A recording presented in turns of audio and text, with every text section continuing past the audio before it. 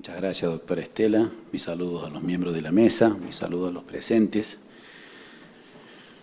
En tiempos de fútbol quiero hacerle una aclaración. Aquí no hay fair play, porque la doctora Estela tiene una tarjeta amarilla. Y si uno se pasa el tiempo, ella nos saca tarjeta amarilla. Y no quiero que me saque tarjeta, entonces voy a intentar ser lo más breve posible. El tema propuesto para la mesa es realmente un tema muy interesante, muy complejo y muy vasto. Y después de estas dos brillantes exposiciones del profesor francés y de la profesora colombiana, voy a mudar un poco el foco y pretendo en realidad hacer un corte transversal del tema. Y más que analizar el tema, me gustaría que dialoguemos, espero las preguntas en el final, que dialoguemos sobre un elemento que se vincula a todo lo que está, sobre todos los títulos que están en esta mesa, que es el tiempo. El tiempo en la formación de los contratos, el tiempo en la ejecución de los contratos. La historia del tiempo es un poco trágica. De la unión de Gea y Urano, del cielo y de la tierra, nacían innumerables hijos, que a medida que iban naciendo, Urano, temiendo que sea desterrado, los mandaba para Tártaro. Gea un día esconde uno de esos hijos, y lo esconde con un cuchillo, y este hijo, a su edad adulta, le arranca los testículos a su padre y lo destierra y comienza un nuevo reinado, que es el reinado de Cronos, el dios del tiempo. Cronos mata el pasado y se imposa como rey. Temiendo por un oráculo que pase lo mismo con él o que alguien haga con él lo que él hizo con su padre, a medida que Rey, a su esposa, tenía hijos, él se los iba comiendo. También cansada de la actitud de su marido, Reia esconde uno de sus hijos y le hace comer a Cronos una piedra. Y este hijo, cuando llega a la edad adulta, hace exactamente lo que Cronos hizo. Despojó a su padre del poder y Zeus se tornó el rey del Olimpo.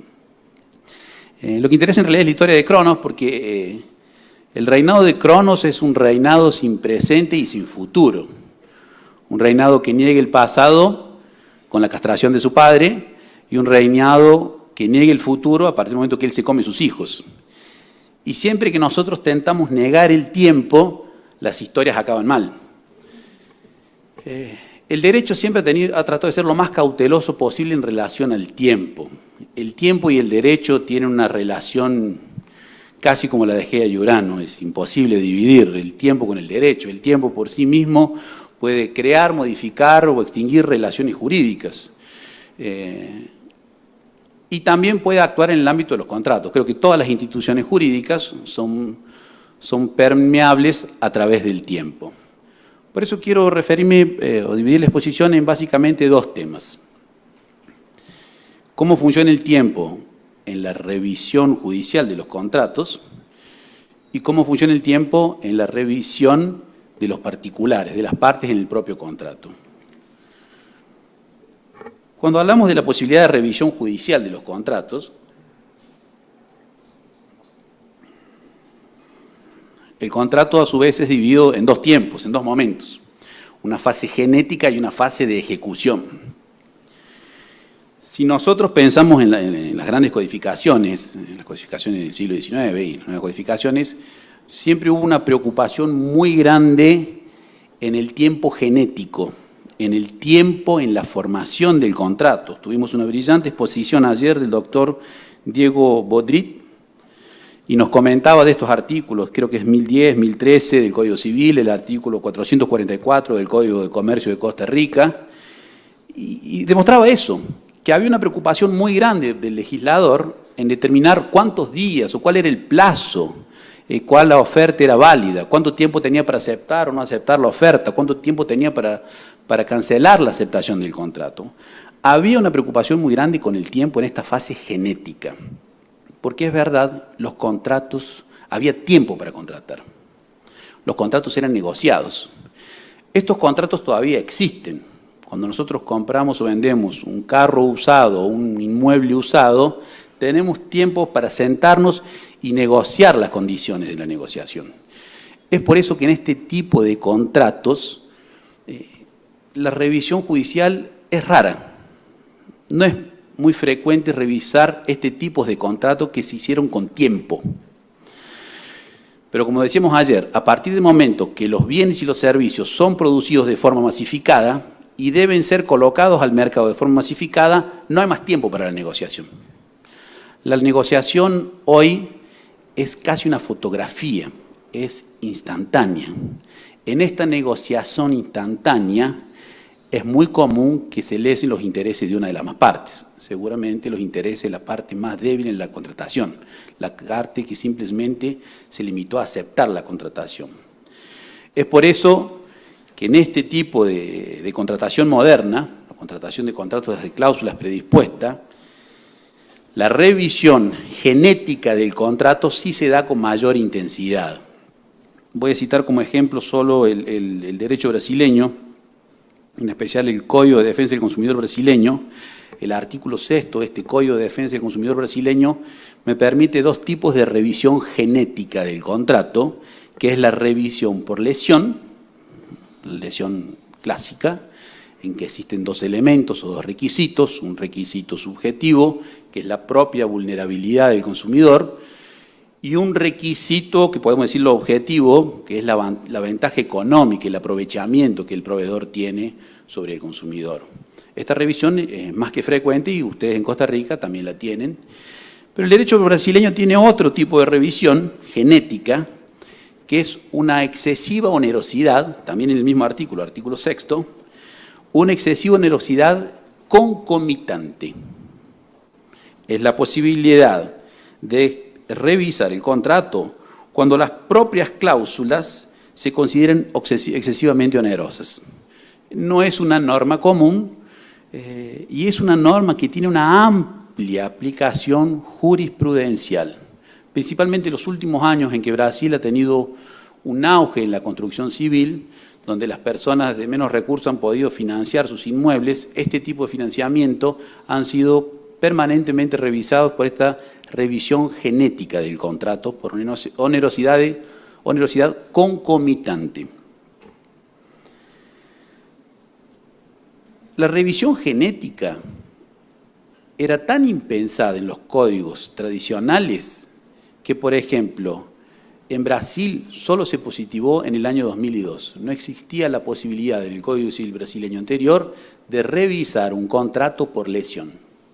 Solo se materializó esa posibilidad, reitero, en el Código de Consumidor en el año 1991 y en el Código Civil solo se admite la lesión a partir del año 2002.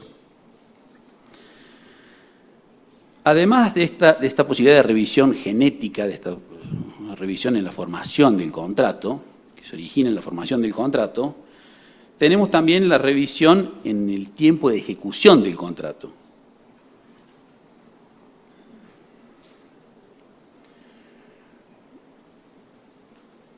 Aquí también la codificación tradicional creo que ha pecado, porque todos los códigos tradicionales se sintetizaron a un binomio de instantaneidad, perenneidad.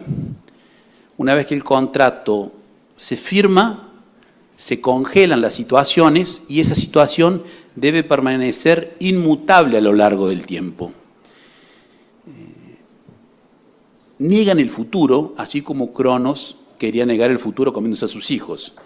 Esa negación, voy a aprovechar aquí la cita del profesor François, quedó muy evidente en el caso de Capron. Para aquellos que no conocieron el caso, y con permiso del profesor francés, por favor me corrija si me equivoco, este señor Adam Capron firma un contrato en el cual él se comprometía a realizar un canal de riego. Este contrato fue firmado, si no me equivoco, en el año 1560 o 1565. Y fue llevado a juicio en el año 1870 o 1876, 300 años después. Aquellos que no conocen el caso, les recomiendo la lectura, porque aquí tenemos dos circunstancias temporales maravillosas. La aplicación retroactiva del Código francés, porque el Código es de 1804, se le aplica a un hecho celebrado en 1560, y a su vez la negación absoluta de tiempo, Porque ¿qué pasó con los tataranietos de Adam Capron? Ellos entraron para pedir la revisión del contrato. Adam Capron hizo el canal y en compensación él recibiría un pagamento, un canon anual por el mantenimiento de ese canal. Después de 300 años el valor quedó desfasado. Los herederos pidieron la revisión de ese valor. En un primer momento, si no me equivoco, la Corte de Aix-en-Provence, el Tribunal de Aix-en-Provence, autorizó la revisión. Pero esa decisión fue casada por la Corte de Casación francesa, porque la Corte de Casación francesa dijo que no, el juez no tiene ninguna facultad para alterar lo que las personas contrataron. Una situación de perenidad. Eso confirmó y el caso es realmente muy interesante. Eso demuestra el espíritu del legislador del siglo XIX. La revisión, como el profesor muy bien habló, solo comienza en Francia después de la Primera Guerra Mundial, en el ámbito de la Primera Guerra Mundial, como consecuencia de la Primera Guerra Mundial, y esa revisión se permea Latinoamérica, todos los países latinoamericanos, por lo poco que sé, se toman como referencia la doctrina y la jurisprudencia francesa para comenzar a revisar sus contratos por la teoría de la imprevisión. Una teoría que resumidamente requiere una distancia temporal, desde la celebración del contrato hasta un hecho posterior, superveniente, imprevisible, que torne la ejecución del contrato excesivamente onerosa, pero que no lo torne imposible, porque ahí entramos, como el profesor muy bien explicó, en otro instituto jurídico. La doctrina italiana, la jurisprudencia italiana, también muy receptada en Latinoamérica, enseña que el balizamiento, el instrumento que tengo para saber cuándo es extraordinario, imprevisible, es el elemento temporal. El tiempo se considera un elemento fundamental para saber si el hecho es extraordinario o es imprevisible. Lo que nos lleva, en algunos casos, a una paradoja de una prueba diabólica. Porque en algunos casos es muy simple probar el hecho extraordinario. Pero ¿cómo probar un hecho extraordinario que sucedió 15 días después de la celebración del contrato? ¿Cómo justificar que la persona no sabía, no tendría cómo saber en la era de Google, en la era de Internet, que no hay ninguna información secreta? De la misma forma, ¿cómo probar la onerosidad excesiva cuando pasaron 10 o 20 años desde la contratación originaria, en que la onerosidad se da por una sumatoria de pequeños hechos, no de un hecho extraordinario? Para superar estas dificultades es que la doctrina alemana, Winchat, Obertmann y principalmente Larens, intentan despegarse de este subjetivismo, y Larens principalmente es el autor de esta base objetiva del negocio jurídico. Larens nos dice que no, que el negocio jurídico, el contrato debe, para revisar el contrato debemos tener en cuenta dos elementos. Un elemento subjetivo, que es esta representación mental que los contratantes tienen cuando realizan el contrato, cómo ellos ven el contrato en el futuro, y una representación, una base objetiva, que son las circunstancias, el conjunto de circunstancias de base que permiten la ejecución de aquel contrato. En la medida que estas circunstancias se fuesen alterando de forma significativa, es posible la revisión. Esta teoría también ha sido receptada en América. Lo que cambia muchas veces es la consecuencia de la revisión. Porque, por ejemplo, el profesor nos hablaba que la revisión trae como consecuencia la renegociación del contrato. La profesora, haciendo referencia a los principios de unidad, nos hacía exactamente el comentario. Existiendo una onerosidad, tenemos que renegociar el contrato. Muchos países, por ejemplo, en el caso brasileño, artículo 417 del Código Civil brasileño, dice que no. En caso de onerosidad excesiva, la regla es la resolución del contrato. Si el contrato se tornó excesivamente oneroso para una de las partes, tenemos que extinguirlo y excepcionalmente renegociarlo. Esta sería una primera. Estoy con prisa porque la doctora Estela ya está acariciando la tarjeta amarilla.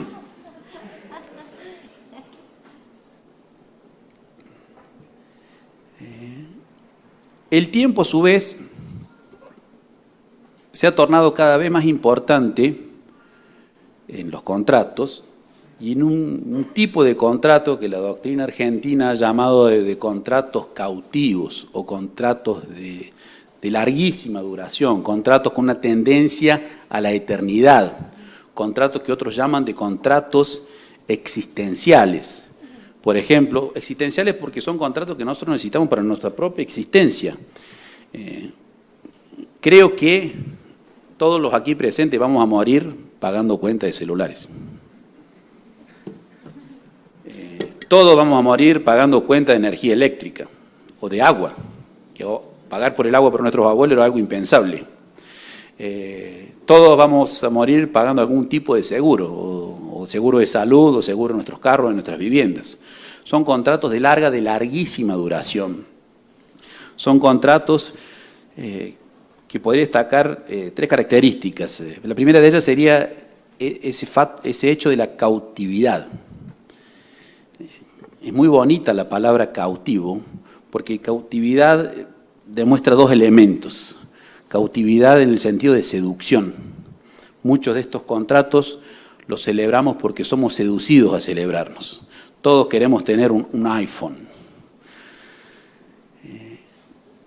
Pero además de esta seducción, estos contratos o la cautividad tiene una contracara. Porque la cautividad también significa esclavitud. Somos seducidos y somos esclavizados por este tipo de contratos. Y el tiempo, sin duda, el tiempo, porque el tiempo modifica la relación obligacional. Cuanto más largo el contrato, cuanto más tiempo estamos vinculados a un contrato, la relación obligacional se altera significativamente. El vínculo jurídico entre el acreedor y el deudor se altera. Más que alterarse la obligación, lo que se altera es el objeto de la obligación, es la prestación. Estos contratos cautivos o de larga duración alteran el objeto de la obligación. El objeto se torna inmaterial y complejo. Inmaterial porque cuando compramos, por ejemplo, un vehículo en 60 prestaciones, cuando paguemos la prestación 60, el carro que nosotros compramos 5 años atrás no se fabrica más. El vehículo se desmaterializó. Lo que contratamos son reglas que me permiten identificar cuál es el carro que la compañía me va a entregar en 3 o 5 años. Y a su vez se torna complejo, porque cuanto más largo es el vínculo obligacional, mayores serán los deberes anexos o los deberes conexos que las partes deberán tener para que ese vínculo se mantenga, para que podamos hablar de un equilibrio contractual. En este sentido, la prestación en estos contratos de larguísima duración no es nada más que un envoltorio, un gran envoltorio en el cual tenemos muchas obligaciones. La obligación principal, obligación de dar o de hacer, y obligaciones anexas o conexas que me permitan el reequilibrio permanente. Estos contratos generalmente bilaterales, a mi entender, el tiempo hace que mude su naturaleza. Continúan siendo bilaterales. Hay dos partes en la relación, un credor y un deudor. En relación opuesta, como siempre hemos estudiado, pero esta oposición no puede permanecer, porque si las partes actúan de forma egoísta una con las otras, nunca verificaremos la extensión del plazo. Tampoco es un contrato plurilateral, que es el contrato societario, en que todas las partes se destinan a una finalidad común. Todos los socios en una sociedad hacen aporte de capital para crear la empresa. No es una naturaleza plurilateral. Yo diría que estos tipos de contratos tienen como naturaleza una bilateralidad corporativa. Credor y deudor, ambos en polos diferentes, están mirando a una tercera situación, que es la finalidad a largo plazo. Si ambas las partes no colaboran para esa finalidad común, nunca podremos verificar la existencia de este tipo de contrato. Y la principal responsabilidad, sin duda, es del proponente, del proveedor. Como dice, me gusta, soy casi un niño, a mí me gusta mucho el libro El Principito, un autor francés, que dicho sea de paso, fue escrito en la Argentina, por si no lo sabían. Si no lo sabían, fue escrito, estuvo un periodo en la Argentina y los paisajes se basan, sí, está la casa, una visita turística en la Argentina. El Principito es eternamente responsable de todo aquello que cautivó, así como los proponentes o los proveedores son eternamente responsables de todo aquello que cautivaron con sus clientes. Gracias por su tiempo.